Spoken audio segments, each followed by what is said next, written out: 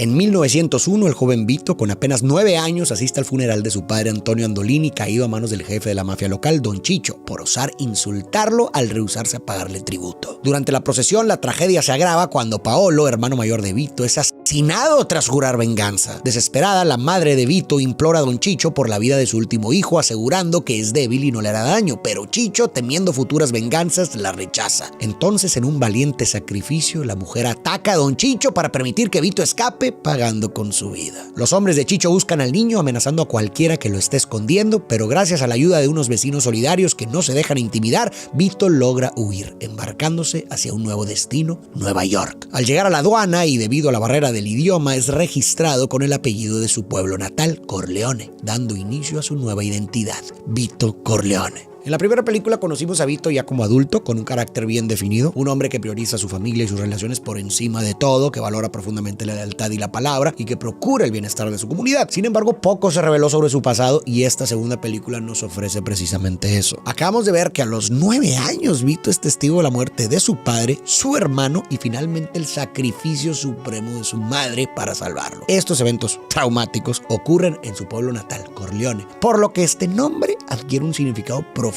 En este sentido, que le den a Vito el apellido Corleone me parece sumamente simbólico, ya que se convierte en un recordatorio permanente de su historia, los sacrificios hechos por él y para él, y los principios que lo guiarán durante toda su vida. Corleone simboliza el sacrificio extremo de sus padres por él y el dolor inconsolable de su pérdida, lo cual transforma la concepción de la familia y las relaciones para Vito. Se convierten en lo más importante para él, y esta memoria le inculca una firme convicción de proteger a sus seres queridos a toda costa. Corleone también rememora la ayuda y solidaridad de sus vecinos durante su vida, a pesar de las amenazas de Don Chicho, y este recuerdo siembra en él un sentido profundo de lealtad y establece en él un código de honor basado en nunca olvidar un favor y siempre retribuirlo. Por último, Corleone evoca la figura opresiva de Don Chicho, quien despojó a Vito de su familia por meras razones monetarias, infundiendo en él un rechazo total hacia una filosofía de vida que anteponga los negocios y el poder sobre los valores familiares y humanos. Este recuerdo le ofrece a Vito una visión clara del tipo de persona que él no quiere ser. Entonces, este cúmulo de experiencias y valores se encapsula en el nombre Corleone para Vito, convirtiéndose así simbólicamente en más que un apellido.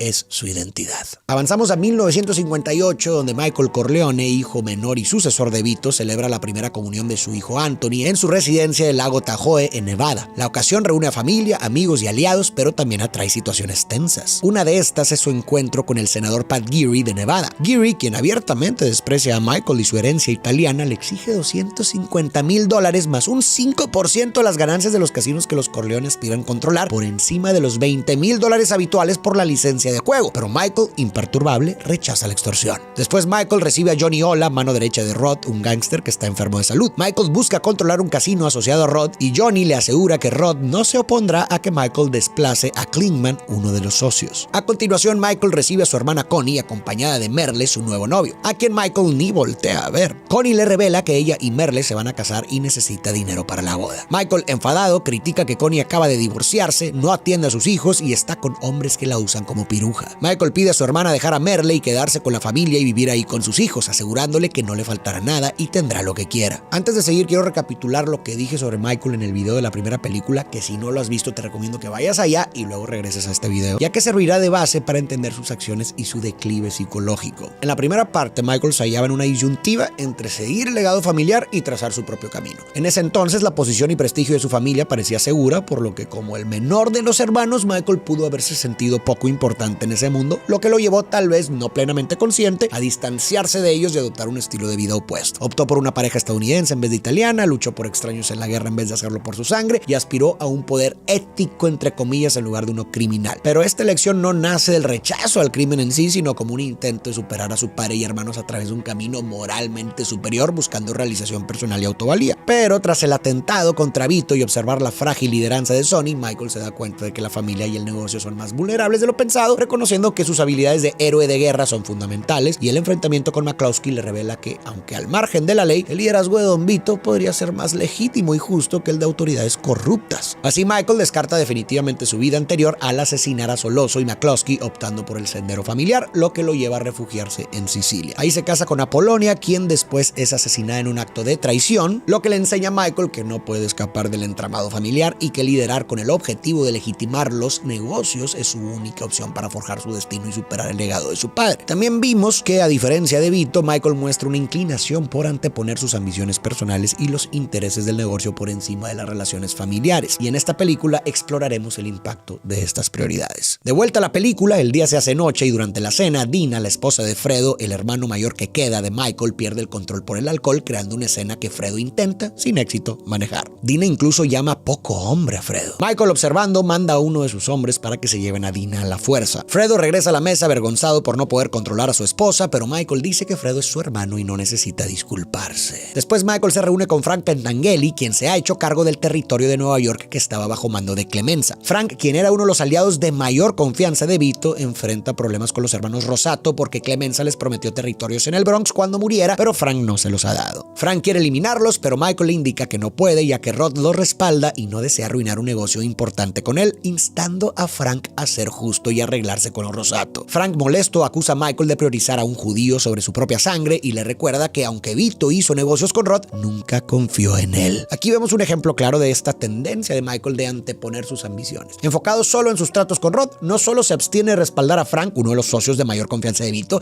sino que además le sugiere que ceda ante las demandas de los Rosato. Frank mismo acusa a Michael de anteponer a un extraño por encima de su propia sangre y le recuerda que Vito nunca confió en Rod. Y esta filosofía de Michael provocará consecuencias trágicas. Las citas terminan y Michael comparte un momento de paz con su esposa Kay, quien espera un hijo. Michael se disculpa con ella por la gente que recibió y Kay le recuerda su promesa de que en 5 años la familia Corleone sería respetable, señalando que eso fue hace 7 años. Al finalizar la noche, mientras se prepara para dormir, Michael nota que las cortinas están abiertas y se lanza al suelo justo cuando una lluvia de balas irrumpe en la habitación. Michael y Kay se salvan de milagro. Michael ordena capturar vivos a los atacantes, pero son encontrados muertos dentro de la propiedad, indicando que hay un traidor. Michael se reúne con Tom, hermano adoptivo y abogado de la familia, expresando sospechas de que el ataque provino de su círculo cercano. Le anuncia que se ausentará para identificar al traidor y pide a Tom que actúe como Don en su lugar, ya que solo en él confía plenamente. Admite que Fredo, su hermano, tiene un buen corazón, pero es débil y estúpido. De vuelta a Nueva York, en 1917, un joven Vito Corleone trabaja en la tienda de comestibles de los Abandando, junto a su amigo Genco, el hijo del dueño. Una noche, Vito y Genco asisten a una obra de teatro para ver a la actriz de la que Genco está enamorado. Sin embargo, al visitarla en su camerino, descubren a Don Fanucci, conocido como la Mano Negra, extorsionando al padre de la chica, por lo que salen corriendo. Genco explica a Vito que Fanucci, a pesar de ser italiano, extorsiona a su propia gente porque no tienen quien los proteja. Mientras cena en casa con su mujer, Vito recibe un saco lleno de armas de su vecino, Clemenza, quien le pide el favor de esconderlas. Al día siguiente, Mano Negra y su sobrino irrumpen en la tienda de los Abandando para exigirle más dinero a Luigi, el dueño. Genco explica a Vito que Fanucci está molesto porque no recibe el total de los pagos y ahora pide el doble a todos. Tras ceder a la extorsión, Luigi, con pesar, le dice a Vito que debe despedirlo para darle su puesto al sobrino de Mano Negra. Vito lo entiende y agradece a Luigi por haberlo tratado como a un hijo, asegurándole que nunca lo olvidará. Vito llegó a Nueva York sin recursos, sin dominar el idioma y sin familia, soledad que refuerza en él la importancia de las conexiones personales, lo que vemos manifestado aquí. Luego intentó llevar una vida honesta trabajando en la tienda junto a Genco y su padre, pero este despido forzado marcará el inicio de un cambio de rumbo en su vida. Otro día, Clemenza agradece a Vito por ocultar su saco y para devolverle el favor lo lleva a robar una elegante alfombra de un lujoso departamento, la cual colocan en el departamento de Vito, sirviendo de cama para el pequeño Sonny. Desempleado, pero siempre poniendo por delante el bienestar de su familia, Vito está dispuesto a cruzar cualquier frontera necesaria y ese momento frágil, junto con la influencia de Clemenza,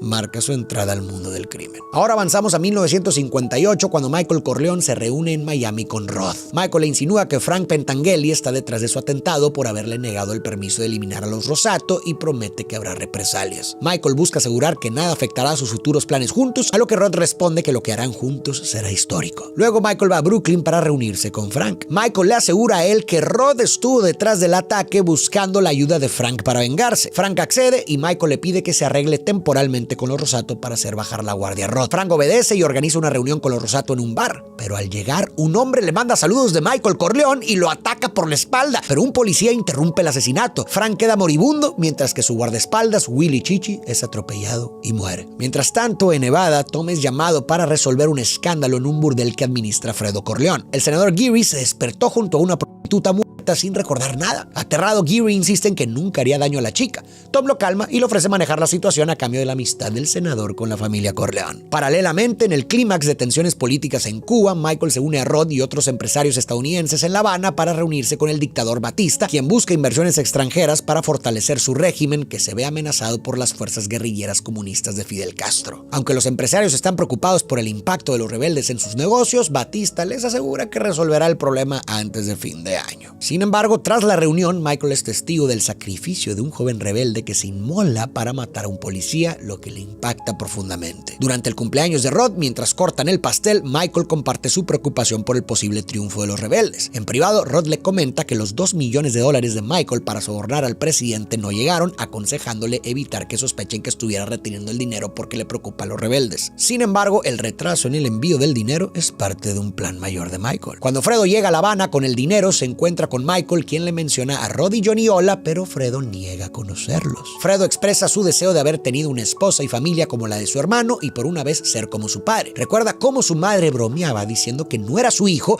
y fue abandonado por gitanos, confesando que cree que es verdad, pero Michael le asegura que no es cierto. Después Michael le pide a Fredo que entretenga al senador Geary y otros funcionarios estadounidenses que llegarán al día siguiente. También le revela que Rod está detrás del intento de asesinarlo y planea contraatacar antes del año nuevo. El personaje de Fredo es interesantísimo. En primer lugar, a diferencia de sus hermanos, caracterizados por ser firmes y determinados, Fredo manifiesta duda, inseguridad y percepción de debilidad, aspectos que se alejan del ideal de masculinidad tradicional esperado por sus padres y su entorno. Es muy probable que esto haya sembrado en él profundas inseguridades reforzadas por el evidente menosprecio de quienes lo rodeaban. Su misma madre se avergonzaba de él diciendo que no era su hijo y hemos visto cómo sus hermanos se refieren a él como débil e ingenuo. Ante esto, mi interpretación es que a lo largo de su vida, Fredo se dedicó a buscar desesperadamente aprobación y reconocimiento, intentando emular la figura más admirada y respetada, su padre, con el fin de reafirmar su valor dentro de la familia. Él mismo acaba de expresar a Michael su anhelo de ser más parecido a su padre. Sin embargo, a pesar de sus esfuerzos, Fredo no logra parecerse a ese ideal. En el negocio familiar nunca se le ofrecen tareas importantes y cuando se le presentó una situación crítica como el atentado contra Vito en la primera película, mostró torpeza. Su vida personal tampoco ayuda. Está casado con una mujer que lo desprecia, exacerbando sus inseguridades y alejándolo aún más de su ideal. Él mismo lo acaba de decir: me hubiera gustado casarme con una esposa como la tuya y formar una familia y por primera vez parecerme más a mi padre. Michael se reúne con Rod, quien espera el dinero prometido, pero en cambio Michael lo interroga sobre quién ordenó el asesinato de Frank porque Michael no lo hizo. Rod esquiva la pregunta y con resentimiento recuerda el asesinato de su viejo amigo Moe Green, orquestado por Michael al final de la primera película.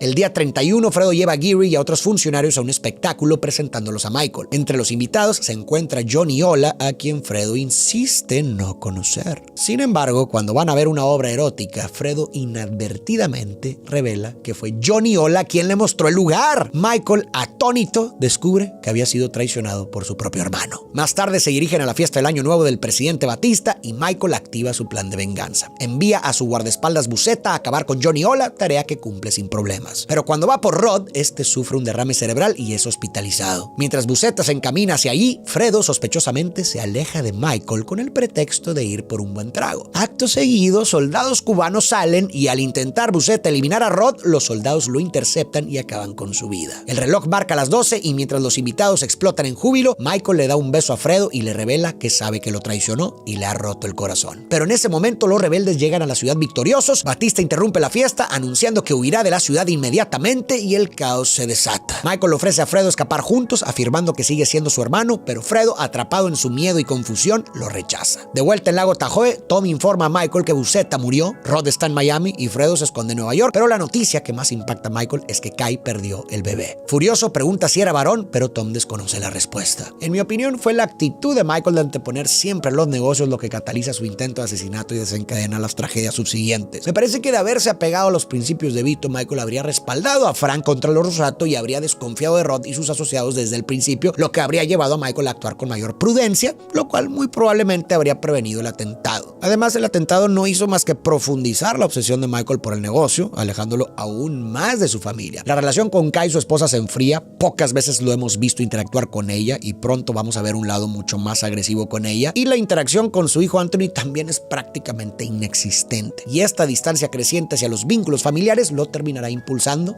a cometer algo inimaginable. Volvemos al Nueva York de 1920, donde Vito Corleone junto a sus socios Clemenza y Tesio ganan buen dinero robando mercancía. Fanucci, el mano negra, se entera y exige a Vito una parte de las ganancias, amenazando con mandarles a la policía. Clemenza y Tesio, resignados, aceptan pagarle a Fanucci, pero Vito se resiste y les pide que le dejen intentar negociar con él para reducir la demanda, asegurando que le hará una oferta que no podrá rechazar. El punto de no retorno para Vito inicia aquí. Fanucci, al igual que Chicho hizo con su padre, le exige un tributo. Vito comprende que su respuesta definirá su futuro, el de su familia y el de las personas que quiere, y consciente de las lecciones aprendidas y de lo que está en juego, sabe que enfrentarse a Fanucci es el único camino posible. Durante la fiesta del barrio, Vito busca a Fanucci en un café y, fingiendo desesperación por su situación económica, lo convence de aceptar un sexto menos de lo que pedía. Sin embargo, la verdadera oferta de Vito aún estaba por venir. Tras el acuerdo, Vito sigue a Fanucci hasta la entrada de su casa y con una pistola escondida en una toalla, acaba con su vida. Luego Vito se reúne con su esposa e hijos en los escalones fuera de su edificio y carga al pequeño Michael diciéndole que lo quiere mucho. ¿Qué es lo que motiva a Vito a eliminar a Fanucci? Fanucci encarna para Vito lo que más aborrece. Una figura opresiva que se aprovecha de la gente, un reflejo del verdugo que destruyó a su familia en Sicilia, y en este contexto eliminarlo representaría tanto una revancha simbólica como un acto de protección a sus vecinos, amigos y familiares. Además, acabar con él establecería un nuevo orden basado en principios que Vito considera importantes: respeto, protección y reciprocidad, convirtiéndose así en la figura que hubiera deseado que existiera durante su infancia, una antítesis de aquella que le quitó a su familia. Tras eliminar a Fanucci, Vito se convierte en una figura respetada en su comunidad, mediando en conflictos y otorgando favores desde el escaparate de su empresa de aceite de oliva, Genco Pura, en honor a su amigo Genco Abandando. Vito nunca olvida lo que hacen por él. Cuando una viuda amiga de su esposa le pide ayuda para conservar su apartamento ante un arrendador codicioso, Vito interviene dándole 6 meses de aumento por adelantado, y el arrendador, al darse cuenta de quién es Vito, no solo acepta que la viuda se quede, sino que también reduce el alquiler y devuelve el dinero, mostrando su respeto. Avanzamos a 1959 en Washington, D.C., donde un comité del Senado, con el senador Geary entre sus miembros, investiga la mafia y el crimen organizado. Antes de iniciar la audiencia con Michael, el senador Geary expresa su apoyo y admiración a la comunidad italoamericana y luego se retira. Durante el interrogatorio, Michael niega las acusaciones en su contra, incluidos los asesinatos de Soloso y el capitán McCloskey, así como los de los líderes de las 5 familias mafiosas que sucedieron en la primera película. También rechaza controlar hoteles en Nevada y desafía al comité a probar sus acusaciones o a limpiar su nombre. Y el presidente del comité promete que el lunes siguiente presentarán un testigo que hará exactamente eso,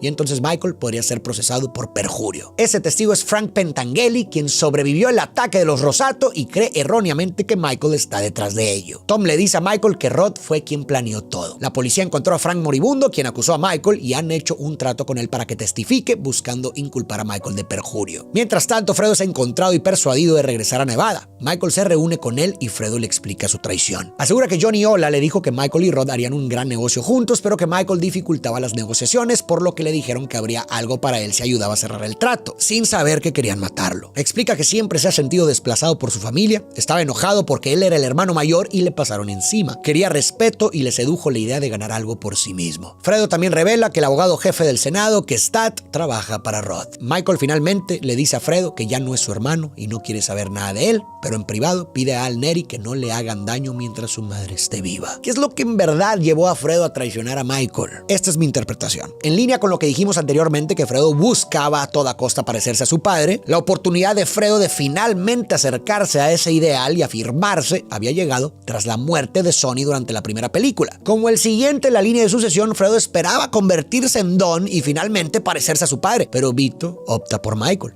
un revés devastador para Fredo que él mismo acaba de expresar en su conversación con Michael. Esto desata en Fredo envidia y odio hacia Michael, deseando ocupar su posición. De hecho, si recordamos la conversación de Fredo con Michael en Cuba, hubo algo que dijo Fredo que revela estas motivaciones inconscientes. Recordemos que dijo: hubiera deseado haber tenido una esposa como la tuya. Si profundizamos en esto, pareciera que lo que está tratando de decir es que quiero ocupar tu lugar. Y luego que dijo inmediatamente después de eso: para por fin así parecerme a mi padre. Aunque muchos pueden pensar que Fredo colaboró con Rod sin intuir el atentado contra Michael, a mí me parece que inconscientemente anhelaba suplantar a Michael incluso a costa de su vida. Mis argumentos son los siguientes. Primero, era ingenuo pensar que colaborar secretamente con Rod no implicaría riesgos de asesinato. Y segundo, y más importante, aún después del atentado, conociendo perfectamente las intenciones de Rod, Fredo traiciona de nuevo a Michael. ¿Pero qué? Sí, muchos pasan de largo esto, pero después de que Michael revela a Fredo que planea eliminar a Rod antes del año nuevo, en la fiesta Fredo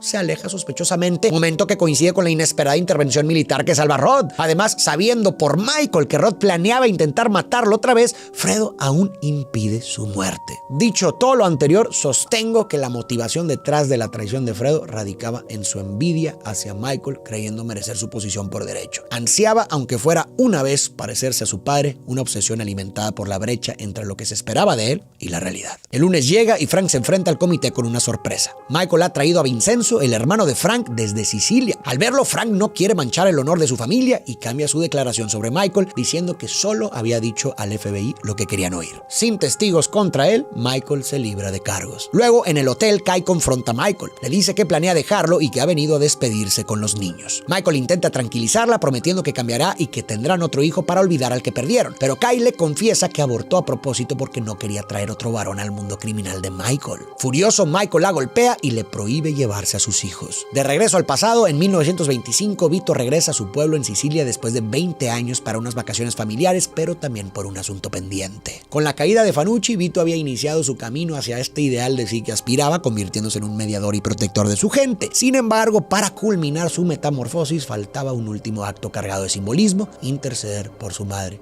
padre y hermano. Entonces Vito, portando el nombre de Corleone y con él su pasado y convicciones, visita a un anciano Don Chicho buscando cerrar su último asunto pendiente. Tomasino presenta a Vito ante Don Chicho como el hombre que importa su aceite de oliva a Estados Unidos y quiere su bendición. Don Chicho solicita a Vito acercarse y le pregunta el nombre de su padre. Vito responde: se llamaba Antonio Andolini y esto es para usted. Y acto seguido le corta el estómago con un cuchillo, vengando así la muerte de su padre, madre y hermano. En el presente, Carmela, viuda de Vito y madre de sus hijos, muere. La familia Corleone se reúne para el funeral, excepto Michael, quien evita a Fredo. Connie implora a Michael que lo perdone, explicándole que ella también logró perdonar a Michael después de años de resentimiento. Recordemos que en la primera película Michael mandó a matar al esposo de Connie por haber traicionado a la familia y causar la muerte de Sonny. Michael entonces asiste al funeral y abraza a Fredo, pero en secreto le señala al Neri que su protección ha terminado. Después Michael, Tom y su sicario Rocco Lampón debaten sobre Rod, quien ha intentado sin éxito encontrar asilo en distintos países y ahora va de regreso a Miami. A pesar de los riesgos y el consejo de Tom de no perseguir a Rod y los hermanos Rosato, quienes están en fuga y probablemente vigilados por la policía, Michael está decidido a eliminar a todos sus enemigos y le pide a Tom su ayuda. Tom visita a Frank en prisión y le insinúa delicadamente que considere el ejemplo de los antiguos romanos conspiradores a quienes, tras un complot fallido contra el emperador, se les ofrecía proteger a sus familias a cambio de quitarse la vida. Kai visita a sus hijos supervisada por Connie e incapaz de dejarlos se queda más tiempo del previsto. Al irse apresuradamente, se encuentra con Michael, quien fríamente le cierra la puerta en la cara. Mientras tanto, Fredo se prepara para ir al lago con su sobrino Anthony, hijo de Michael, enseñándole su inocente truco para pescar: rezar un Ave María. Sin embargo, antes de zarpar, sus planes se ven interrumpidos cuando Connie, siguiendo órdenes de Michael, se lleva al niño. Entonces, en una secuencia que recuerda el clímax de la primera película, se llevan a cabo varios asesinatos simultáneos. Cuando Rod llega al aeropuerto de Miami, es asesinado por Rocco Lampón, disfrazado de periodista, pero Rocco es inmediatamente abatido por los guardaespaldas de Rod. Simultáneamente, Frank es encontrado muerto, habiendo seguido el consejo de Tom. Y en un giro trágico, mientras Fredo reza un Ave María en el lago, es ejecutado por Al Neri. Esta decisión de eliminar a su propio hermano, a pesar de sus traiciones, marca el clímax de la caída psicológica de Michael. ¿Crees que pudo haber otra forma de lidiar con Fredo? ¿Qué habrías hecho tú? Lo que sí es que este acto marca un punto de no retorno en su deterioro moral, demostrando que para Michael las ambiciones y el negocio superan cualquier vínculo familiar. Antes de que la película termine, regresamos a un recuerdo de 1941. La familia Corleone se alista para una fiesta sorpresa de cumpleaños para Vito. Durante la reunión, Sonny, el mayor, presenta a Carlos Rizzi a todos, quienes años después se convertirá en un esposo violento para Connie y traicionará a Sonny. La conversación gira en torno al reciente ataque de los japoneses en Pearl Harbor, hecho que conmocionó a todo Estados Unidos. Sonny critica a los soldados por arriesgar sus vidas por extraños, pero Michael sorprende a todos al revelar que se alistó en el ejército. Sonny se molesta, mientras Tom señala que Vito tenía grandes planes para Michael. Solo Fredo apoya la decisión de su hermano. Cuando anuncian la llegada de Vito, todos, excepto Michael, corren a recibirlo, marcando un momento de unidad familiar, pero también una separación simbólica para Michael, que ya comienza a forjar su propio camino. La película concluye con Michael en soledad, reflexionando sobre los eventos recientes. Aunque sus pensamientos son inciertos, lo que resalta es su rostro, física y simbólicamente envuelto en oscuridad. Bajo el liderazgo de Vito, el Imperio Corleone se edificó sobre la premisa de que la familia, las relaciones personales y la lealtad eran lo primero. Fueron estos pilares los que no solo consolidaron su dominio, sino que también aseguraron que estuviera rodeado de seres queridos y respeto. Las decisiones de Michael, en cambio, motivadas por la ambición y un marcado egocentrismo, lo dejaron aislado y distante de aquellos que deberían haber sido su apoyo más firme. La pregunta que queda flotando en el aire es: ¿mereció la pena el precio pagado por Michael? Termino con una reflexión sobre las filosofías de Vito y Michael que nos pueden servir para reflexionar sobre nuestras prioridades y el impacto de nuestras decisiones en nuestro destino y en el de nuestros seres queridos. Vito refleja la importancia de priorizar al grupo sobre el individuo, pero esta actitud también implica el riesgo de perderse uno mismo al subordinar constantemente los intereses personales a los de los demás. Por otro lado, Michael es la antítesis, se prioriza a sí mismo y sus ambiciones, pero esta actitud también implica el riesgo de pisar y alejar a los demás, resultando en una profunda soledad marcada por victorias personales vacías sin nadie con quien compartirlas. En este sentido, quizás la sabiduría puede encontrarse en el equilibrio entre estos dos extremos. En la vida y en las decisiones diarias, conciliar nuestros intereses con los de los demás es fundamental para un mundo mejor. No creo que se trate de elegir invariablemente uno sobre el otro, sino de saber manejar las complejidades de las relaciones humanas, tratando de balancear nuestras necesidades y deseos con los de quienes nos rodean. Yo en lo personal trato de buscar ese equilibrio, consciente de que en ciertos contextos la decisión puede inclinarse más hacia un lado. La clave es saber cuándo es apropiado sacrificarse por el bien mayor y cuándo priorizar el desarrollo personal y la felicidad. Hallar esa armonía puede ser uno de los retos más difíciles, pero a la vez más satisfactorios de la vida. Si quieres que relate y reflexione sobre tu historia favorita o responda a dudas o comentarios, puedes volverte miembro del canal dando clic aquí abajo donde dice unirse. Esto te dará acceso a muchos beneficios exclusivos, además de que estarás apoyando inmensamente el canal. Si quieres ver más relatos, reflexiones e interpretaciones de historias, puedes darte una vuelta por el canal. Si buscas un poco, tal vez encuentres tu historia favorita. Y por si no lo sabías, tengo 3 libros publicados que puedes pedir desde cualquier parte del mundo. Aquí abajo te dejo la liga. Muchas gracias por tu apoyo. Nos vemos en el próximo video.